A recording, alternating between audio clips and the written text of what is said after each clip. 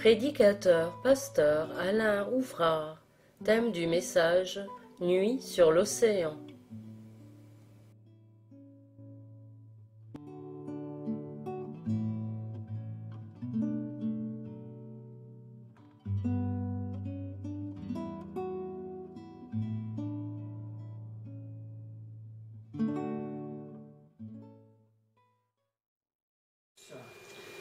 Je vous propose que nous fassions une lecture dans le livre des Actes des Apôtres. Le livre des Actes des Apôtres, c'est le premier livre de la Bible dans le Nouveau Testament après les évangiles, après l'évangile de Jean par exemple. Et nous allons parler d'un homme, il s'appelle Paul. Alors, on est familiarisé avec son nom parce que c'est l'apôtre missionnaire, l'apôtre qui a répandu l'évangile dans tout le monde connu d'alors, enfin une grande partie du monde connu d'alors, l'apôtre Paul. Et cet homme a vécu des aventures tout à fait particulières, et à travers toute son existence, finalement de missionnaire, prêchant le nom de Jésus-Christ, il lui est arrivé toutes sortes de péripéties, entre autres celle-ci. Donc je vous situe cette lecture dans le livre des Actes au chapitre 27. Voilà. Le livre des Actes, chapitre 27.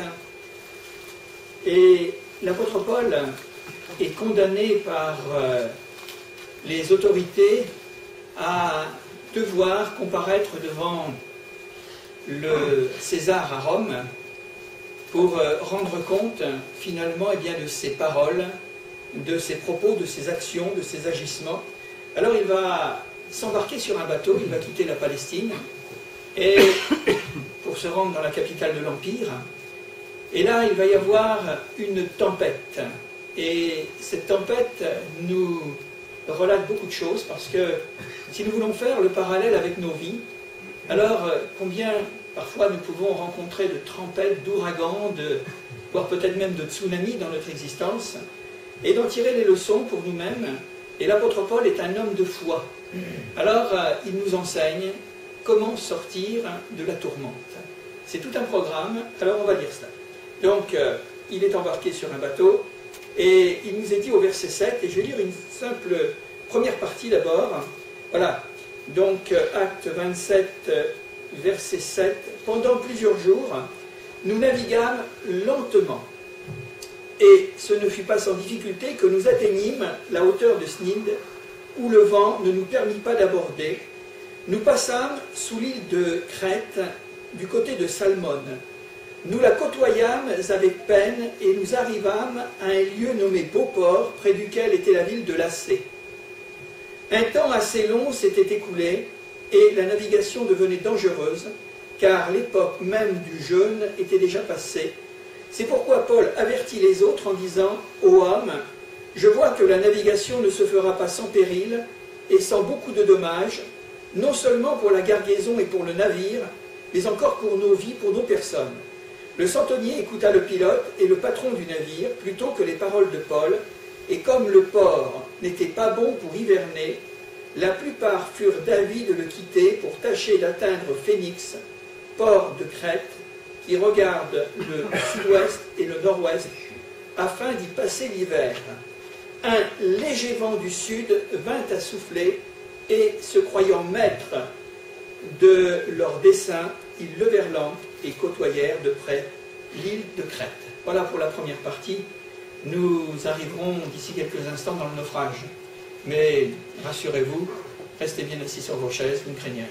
Alors, on a donc cette histoire qui nous est relatée tout simplement dans la Bible, dans le Nouveau Testament, parce que nous voyons combien les hommes sont souvent imprudents.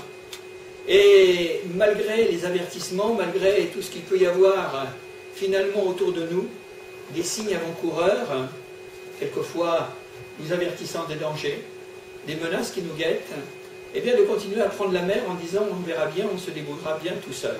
Vous avez remarqué avec moi, il y a quand même cette phrase que nous avons trouvée en fin de lecture. Il nous est dit qu'un léger vent du sud vint à souffler, et voilà que ces hommes, se croyant maîtres de leur sort, eh bien levèrent l'ancre et ils sont partis.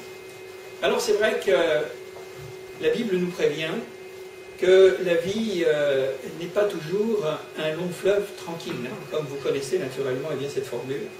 Et nous avons différents personnages dans ce paragraphe que nous avons lu. Il y a le centenier, qui est un capitaine, un militaire naturellement, qui est chargé d'accompagner Paul et quelques-uns de ses compagnons qui sont prisonniers pour aller jusqu'à Rome, comparaître devant l'empereur. Et puis il y a le pilote du bateau. Alors ça requiert quand même une certaine compétence, hein. Conduire un navire. Malheureusement, on sait que, hélas, parfois il arrive des catastrophes. Et puis il y a l'armateur, il est appelé le patron. Et nous voyons que au moment où les choses vont commencer à se préciser dans le péril de naviguer en plein hiver, parce que c'est la saison de l'hiver, alors qu'on sait très bien que passé un certain délai vers le mois de novembre, dans l'Antiquité, les bateaux restaient au port. C'était pourtant la Méditerranée qui est appelée l'Adriatique ici, et on sait très bien que la mer étant très mauvaise, alors on ne risquait pas d'envoyer des hommes, on ne voulait pas risquer d'envoyer des hommes et des garnisons de toutes les provinces de l'Empire pour aller jusqu'à Rome, parce que ça comportait en effet un véritable danger. Alors, on voit, et pour reprendre un petit peu les choses, d'abord, quand Paul est sur le bateau, il y a à peu près 273 personnes, ce qui comportait déjà à l'époque un navire assez conséquent. Et nous voyons qu'ils ont commencé à naviguer lentement. Pas de souci, hein. Il semblerait que tout va bien, mais il y a une lenteur, parce qu'il manque probablement de vent.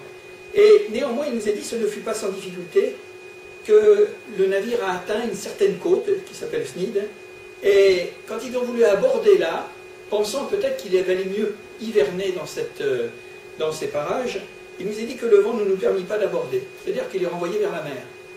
Et ça, c'est quand même assez inquiétant, parce qu'ils auraient bien voulu peut-être, après avoir embarqué, avoir navigué quelque temps, se mettre à l'abri, mais ça n'a pas été possible. Donc ils ont été emportés un peu plus loin. Et dans ce que nous avons lu, il nous est dit qu'ils ont contourné l'île de Crète, hein, vous voyez à peu près où ça se situe, et nous voyons qu'à ce moment-là, ils ont côtoyé, avec peine, nous est-il précisé, la côte, et ils sont arrivés donc à un endroit dont il nous est donné tout simplement le nom. Ensuite, un temps assez long s'était écoulé, la navigation devenait réellement dangereuse. Mais à partir de ce moment-là, il semblerait qu'ils aient perdu un peu le contrôle des choses. Que malgré l'habilité et les compétences de tous ceux qui étaient sur le navire, là, ils ont été finalement rejetés à la mer en quelque sorte. Et il était prévisible que les choses ne se passeraient certainement pas très très bien. Alors Paul, qui n'avait rien à voir dans cette affaire, parce que ce n'était pas un marin, ce n'était pas un homme de la mer, mais il a senti à l'intérieur de lui-même qu'il y avait probablement quelque chose à faire et à dire.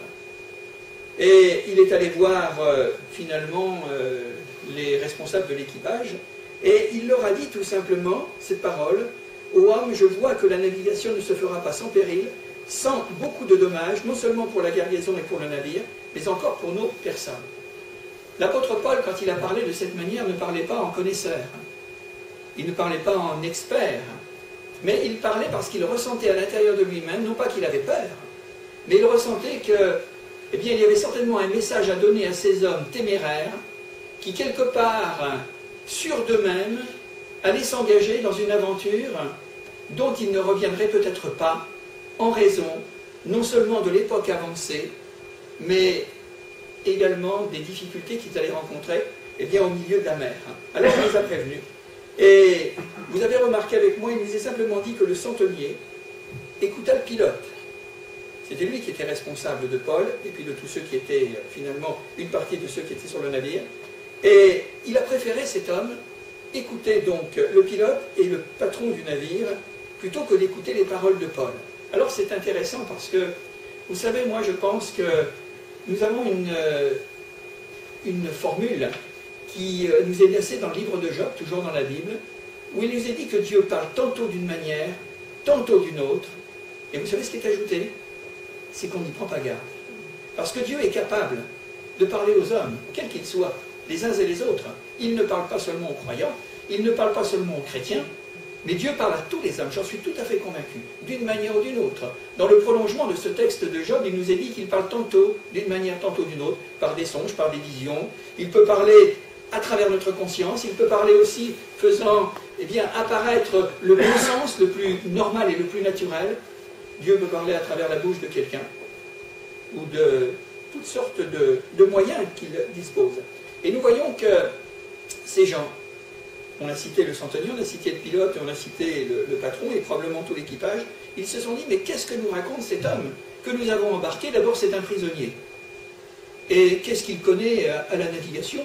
Nous sommes des matelots chevronnés, nous avons l'habitude, nous avons essuyé tant et tant de tempêtes, que ce n'est pas encore cette fois que nous irons par le fond. Alors, on voit que, les paroles, pourtant, qui étaient des paroles, me semble-t-il inspirées, sont passées comme ça. Et vous savez, je pense que tout cela nous montre que parfois nous sommes interpellés à écouter ce que nous n'avons pas l'habitude d'écouter. Parce qu'il y a des choses dans notre vie qui méritent, pour lesquelles nous avons besoin de prêter attention parce qu'il en va de notre vie, il en va de notre salut, surtout de notre salut. Et ce centenier pourtant est un soldat bienveillant. Il essaie de tout faire pour faciliter le voyage de Paul et des autres. Il y a le pilote qui est un spécialiste finalement de la navigation. Il pourrait dire, mais moi je suis seul maître à bord, après Dieu, c'est moi qui dirige.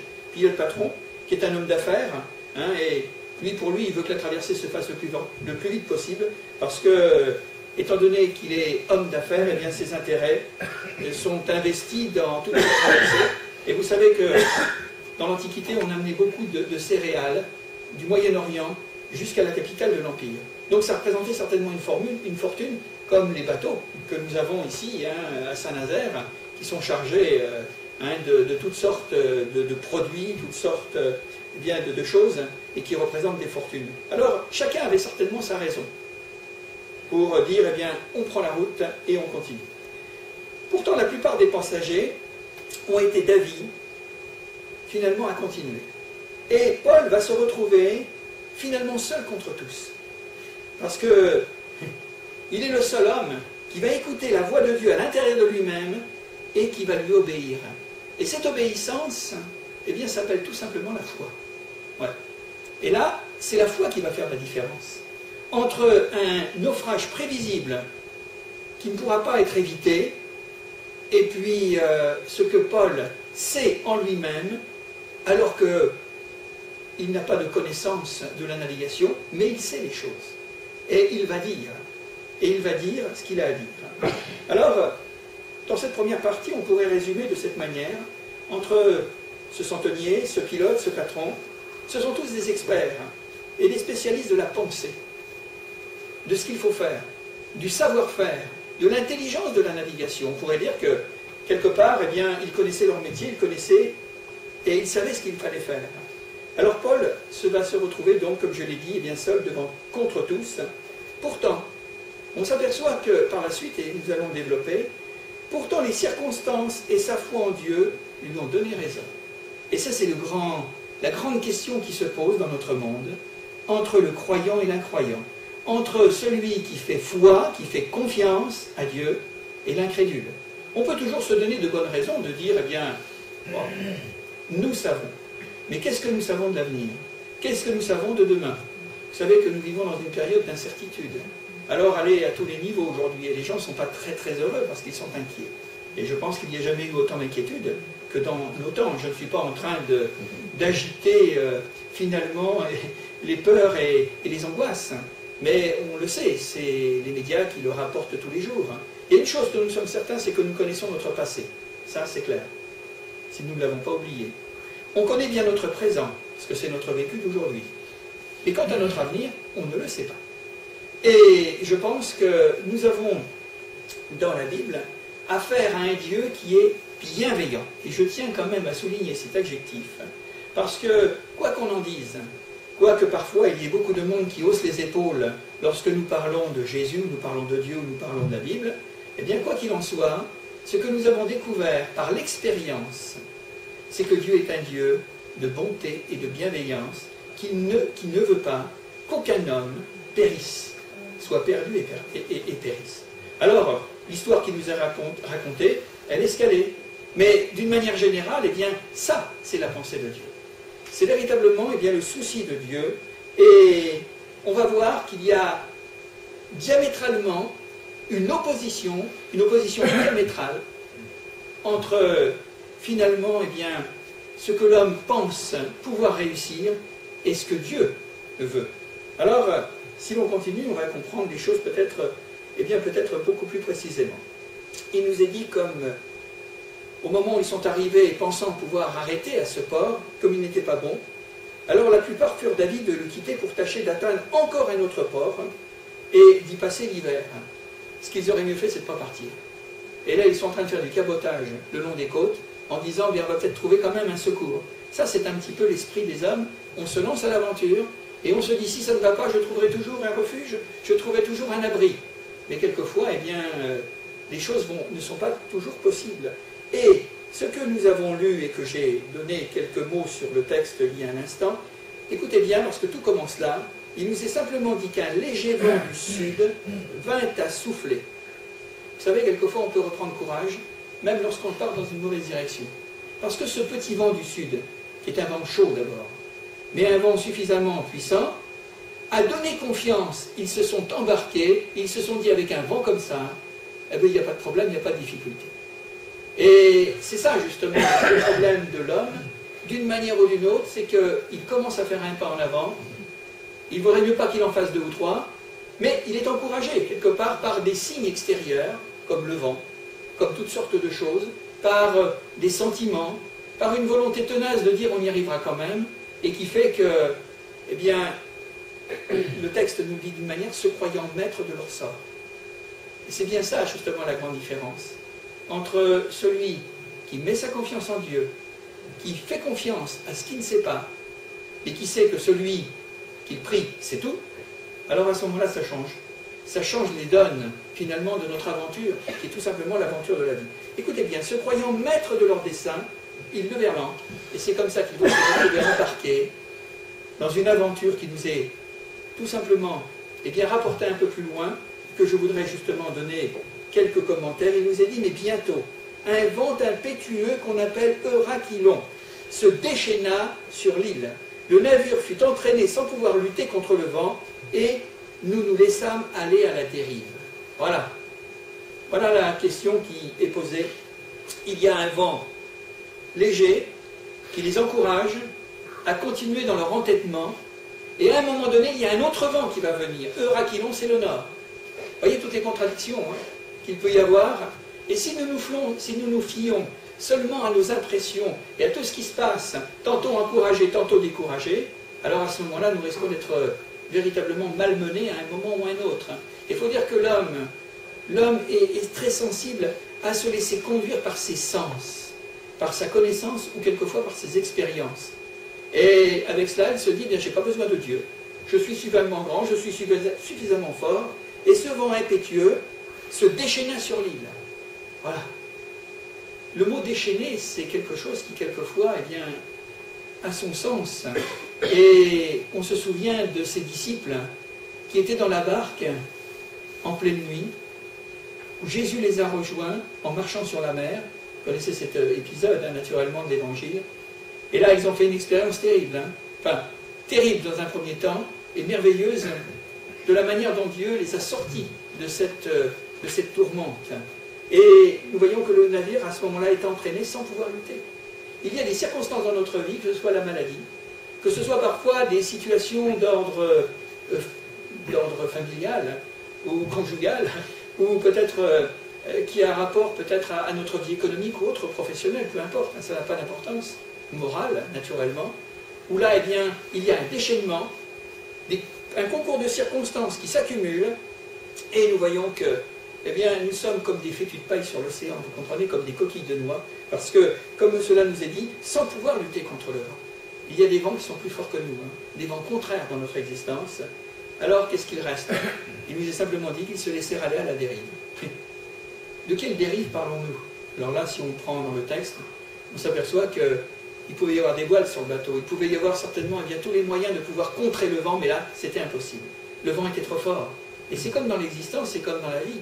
Il y a des choses qui nous arrivent par vagues successives, et qui fait que nous nous épuisons à crier, nous nous épuisons dans l'angoisse, nous nous épuisons dans l'inquiétude, à essayer de comprendre ce qui nous arrive, et quelque part ça nous renvoie toujours en arrière, ou ça nous renvoie vers le fond. Les disciples de la barque sur le lac de Tibériade, c'est ce qui leur arrive. À un moment donné, ils vont voir une silhouette marchant sur l'eau, et ils vont dire que c'est un fantôme. Vous savez, les fantômes de l'imagination, on en a parlé il y a quelque temps. Et ces hommes, eh bien, à un moment donné, lorsqu'on est au bout de nos ressources, quand on a pensé être maître de notre sort, maître de notre vie, et qu'on a bien lutté, qu'on s'est donné, on s'est dit que finalement on s'en sortirait quand même, et qu'on n'arrive à rien, alors ça devient tout simplement une dérive. Et là, on ne maîtrise plus rien, on ne comprend plus rien, on n'explique plus rien, on se laisse aller. Et c'est souvent le découragement. Alors, je pense que tout cela est écrit pour que nous puissions en tirer quelques exemples et que nous puissions véritablement réfléchir sur la chose. Alors, il nous est simplement précisé un peu plus loin, nous passâmes au-dessus d'une petite île qui s'appelait Koda, et nous eûmes de la peine à nous rendre maîtres de la chaloupe. Pour l'avoir hissée, on se servit des moyens de secours pour ceindre le navire. Quand on est dans la tempête sur un navire qui est en train de couler, c'est formidable d'avoir une chaloupe. Vous savez, c'est toujours le moyen de secours. On se dit, si le bateau coule, il y a la chaloupe. On la mettra à la mer et puis on pourra être sauvé.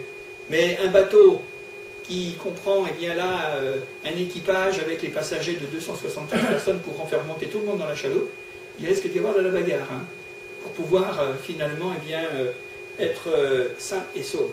Et ils avaient quand même gardé la chaloupe, hein, mais ils ont eu beaucoup de peine. Alors, ils ont essayé de ceindre le navire parce qu'il commençait à craquer de tous les côtés.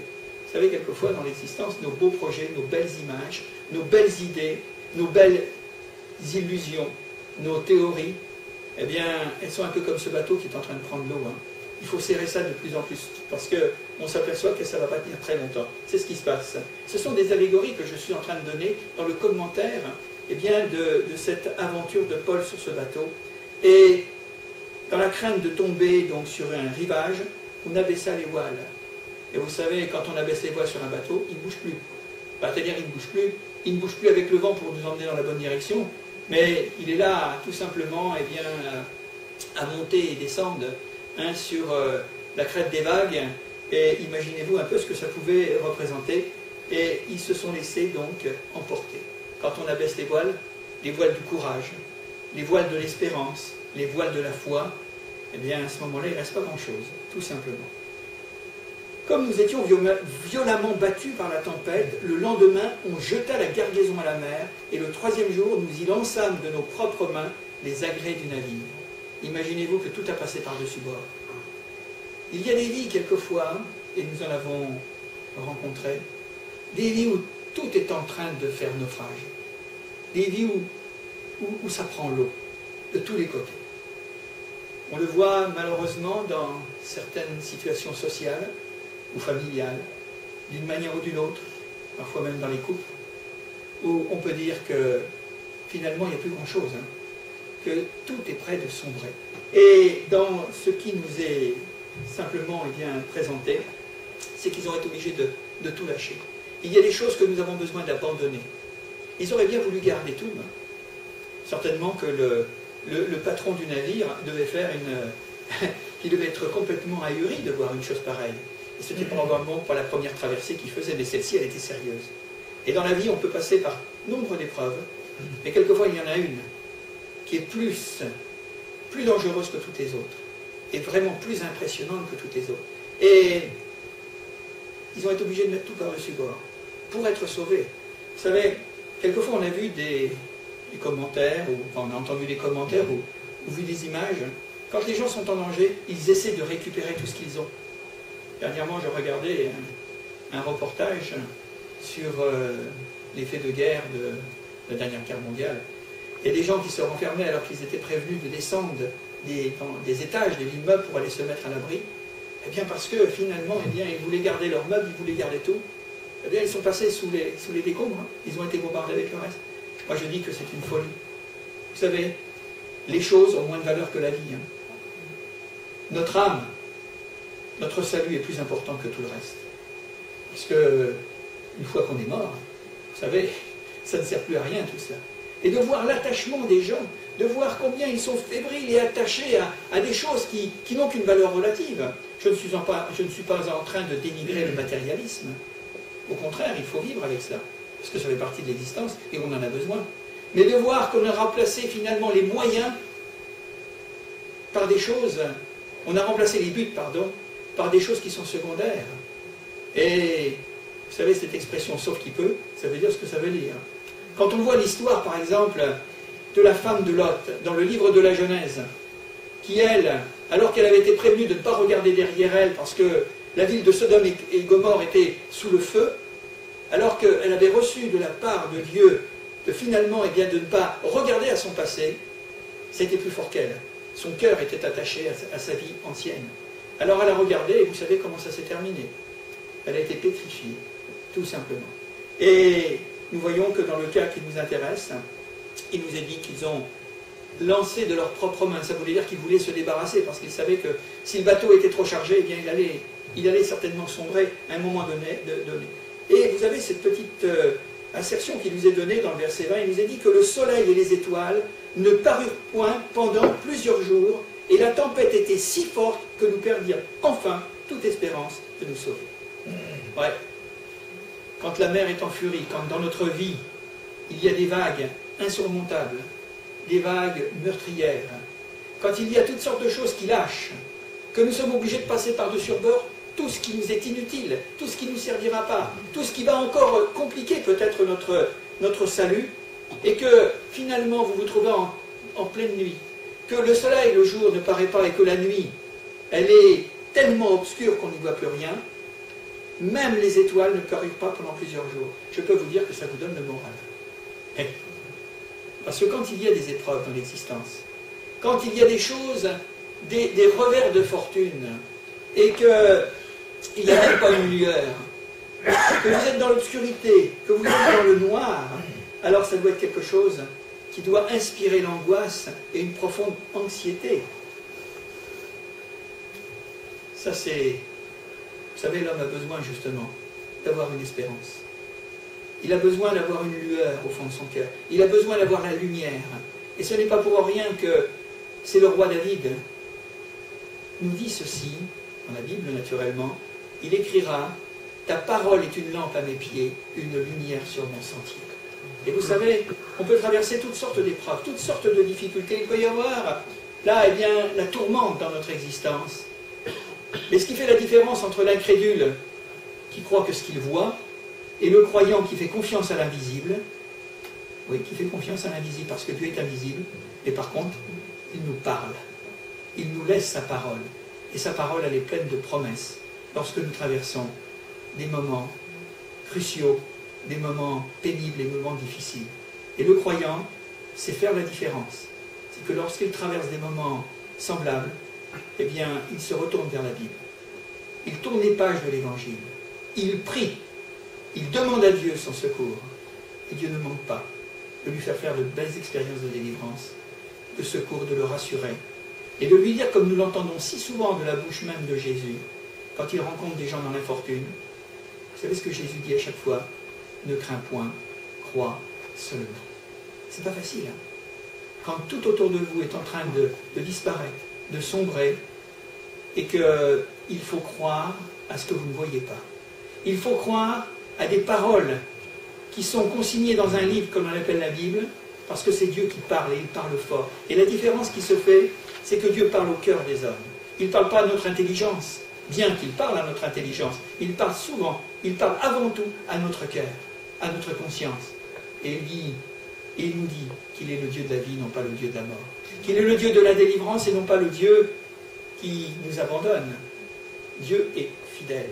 Alors, il nous est dit qu'après cette obscurité qui tombe dans cette situation, comme bien des gens dans notre temps le vivent, à travers l'anxiété, à travers l'angoisse, à travers ces dévastations de la vie psychologique, c'est-à-dire de notre âme, où les gens sont profondément malheureux, il m'arrive assez souvent de voir des gens et d'aider les gens et d'encourager des gens qui sont dans la déprime. Je peux vous dire que C'est terrible. Hein. Souvent, ce qu'ils disent, c'est qu'ils n'ont plus la vie. Vous voyez, quand on est en bonne santé psychologique, quand on est en bonne santé, finalement, on ne peut pas s'imaginer ce que c'est quand on ne l'est pas. Des gens qui traversent une inquiétude, l'anxiété, qui vivent la dépression nerveuse. Wow, c'est affreux, hein.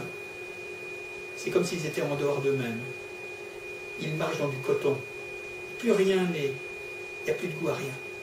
Et c'est affreux. Et pourtant, moi je crois pertinemment que Dieu est venu pour nous délivrer de cet état intérieur. On peut être malade physiquement. Quelqu'un me disait dernièrement, il y a encore quelques jours, il me disait, mais moi je préfère être malade, avoir peut-être quelque chose de physique. C'est vrai que c'est terrible, ça fait mal, que d'être atteint dans mon âme. C'est affreux, ce sentiment de ne plus être soi-même, de ne plus avoir le goût de vouloir mourir finalement.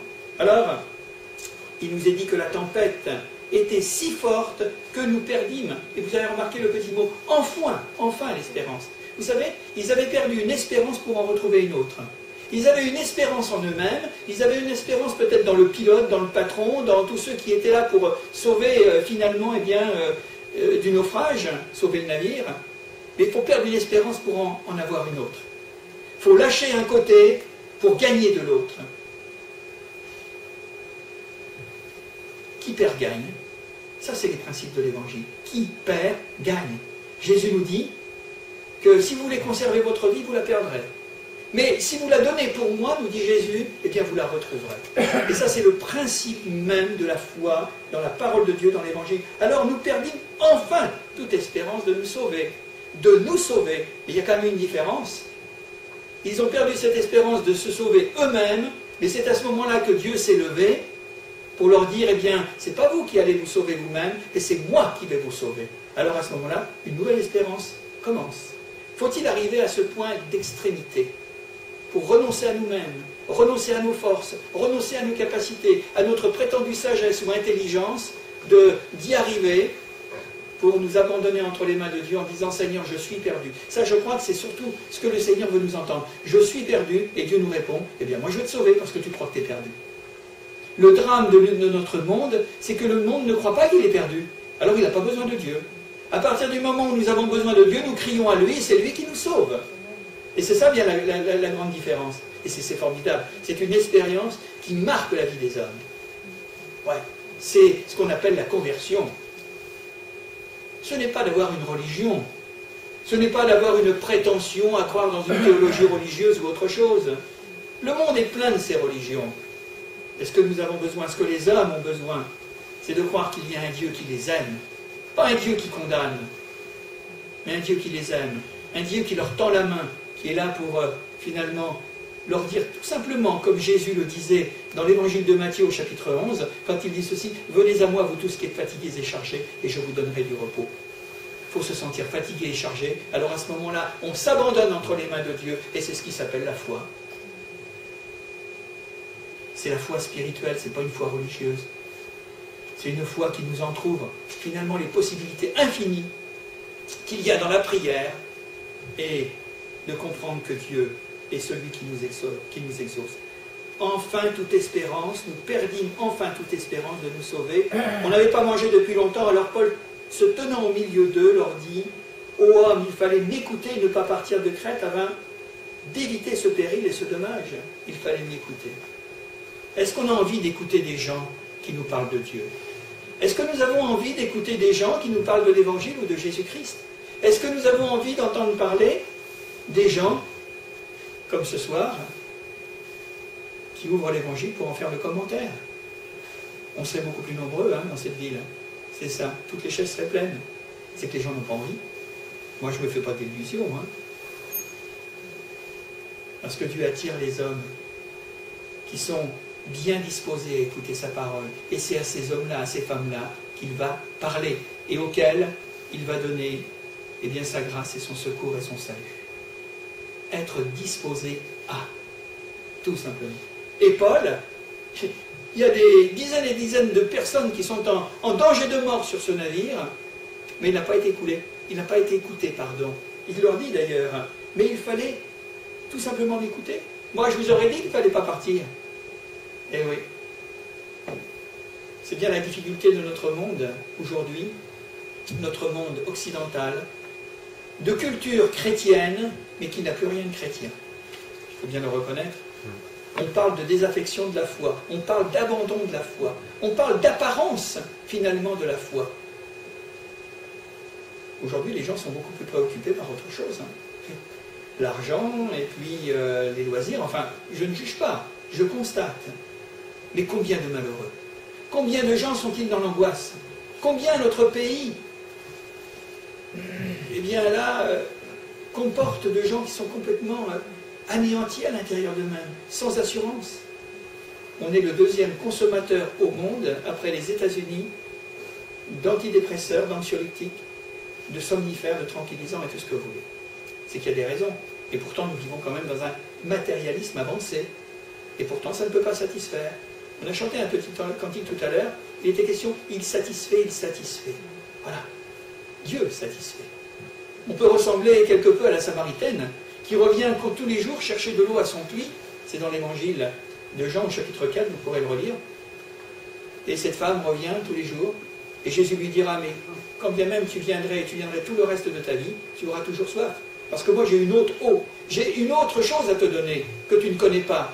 Et celle-ci va te remplir finalement de satisfaction et d'abondance à l'intérieur de toi-même. Le monde il est malade parce qu'il est peut-être plein de toutes sortes de choses. Comme ce navire qui est chargé, qui croule sous le poids là, qui est prêt de faire naufrage, alors que quelque part, eh bien, les gens sont vides à l'intérieur. C'est une misère, une indigence morale, spirituelle. Les hommes ont besoin de Dieu. Ils ont besoin de la grâce de Dieu. Alors il fallait m'écouter. Maintenant, je vous exhorte à prendre courage. C'est bien de pouvoir l'entendre. Et moi, c'est ce que je voudrais vous dire. Prenez courage, quelle que soit votre situation. Prenez courage. Car aucun de vous ne périra, et il n'y aura de perte que celle du navire. Et Paul va dire pourquoi il a parlé comme ça. Paul est un prophète. Vous savez ce que c'est qu'un prophète? Quelqu'un qui parle de la part de Dieu des choses qui ne sont pas arrivées, mais qui vont arriver, qui ne manqueront pas d'arriver.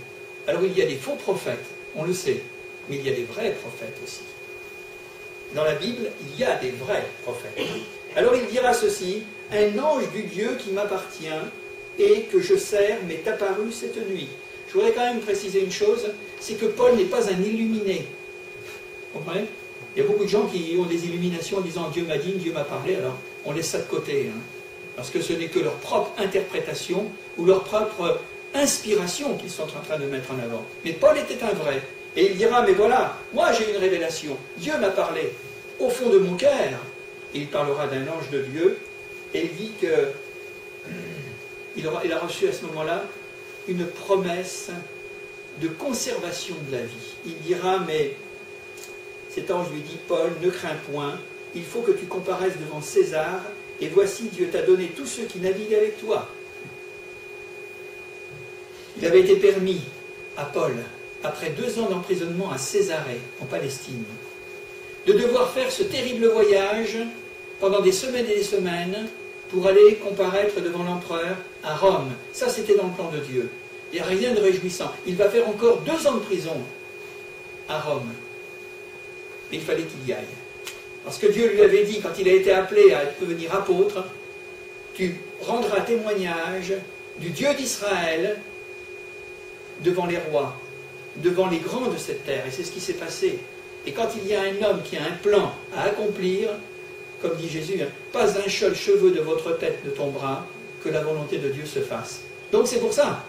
Et il le savait, Paul, qu'il avait cette promesse qu'envers et contre tout, il y aurait peut-être des dangers, il y aurait peut-être une tourmente, il y aurait probablement un ouragan sur sa vie et aussi sur le bateau, et que finalement il s'en tirerait.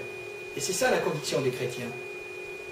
On n'est pas invulnérable, mais nous avons la foi et nous avons des certitudes et des assurances dans notre cœur qui nous fait dire que toute chose concourt au bien de ceux qui aiment Dieu et de ceux qui sont appelés selon ses plans. Et le reste, c'est Dieu qui s'en occupe. Alors il ajoutera, c'est pourquoi, ô homme, rassurez-vous, car j'ai cette confiance en Dieu, qu'il en sera comme il m'a été dit. Et si je vous disais, pour terminer, que ce que nous entendons ce soir, ce n'est pas la parole du pasteur, ce n'est pas la représentation d'une théologie d'une église qui s'appelle Centre évangélique à Saint-Nazaire. c'est pas ça. Mais je crois fermement, et je ne suis pas le seul, à partager cette conviction à l'intérieur de moi-même que ce que Dieu dit, ça s'accomplit. Et que nous pouvons venir devant lui, que nous pouvons le prier, que nous pouvons l'implorer dans toutes les circonstances, même voire dramatiques de notre vie, en péril de naufrage, peut-être en péril et en menace de mort. Mais d'une manière ou d'une autre, Paul le dit bien d'une manière admirable, parce que j'aime beaucoup ce texte, il dit « rassurez-vous ». Et ce soir, parce que vous avez entendu cette parole, eh bien, je vous demande de la garder dans votre cœur, de la serrer au plus profond de vous-même, et de pouvoir vous rassurer devant peut-être ce qui vous assaille dans vos pensées pour vous affoler, pour vous troubler, pour vous dire « j'y arriverai jamais ». C'est perdu pour moi, c'est terminé pour moi. Ça, c'est l'adversaire qui essaie de vous suggérer le mensonge. Parce que quand Dieu a dit une chose, il l'accomplit. Dieu tient parole. Et Paul dira à tous ses compagnons qui sont affolés sur ce bateau, il leur dit, mais rassurez-vous. Et il y a une chose qui est forte, une chose qui est puissante, c'est lorsque nous lisons la Bible, lorsque nous entendons un message de l'Évangile, d'une manière ou d'une autre, celui-ci ou un autre, peu importe, Dieu vient dans nos cœurs pour nous rassurer. Dieu ne nous effraie pas, Dieu n'est pas venu pour nous condamner et nous terroriser. Dieu fait le contraire précisément.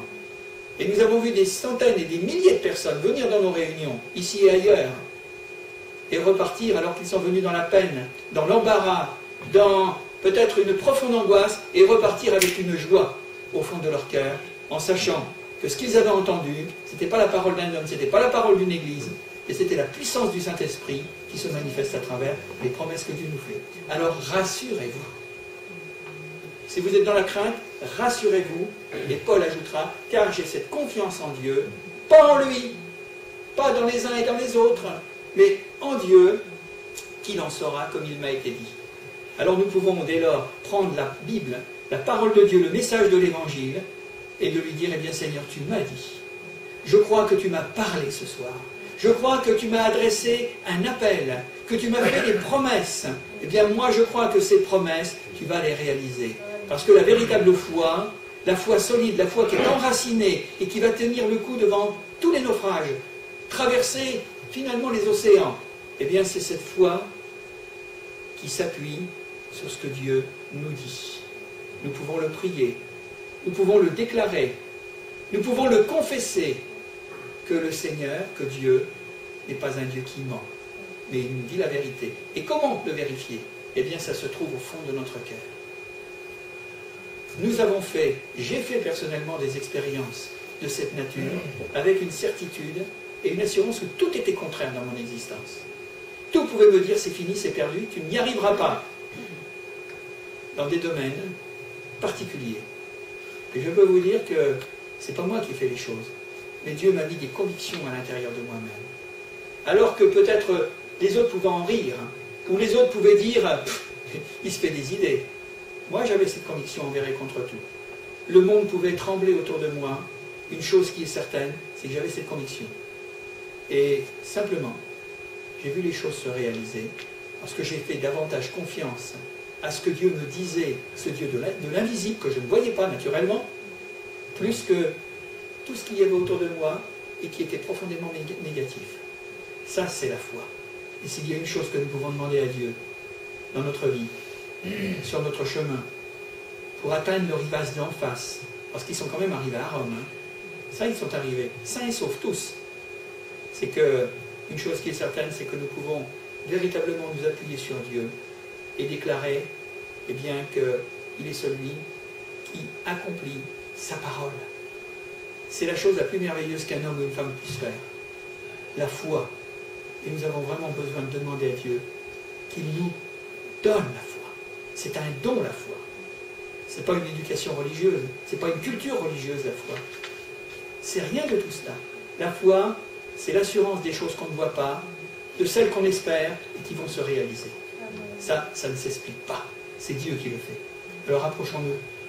Approchons-nous de lui. Recevons sa parole, laissons-nous imprégner, et vous allez voir, il se passera des choses formidables et merveilleuses.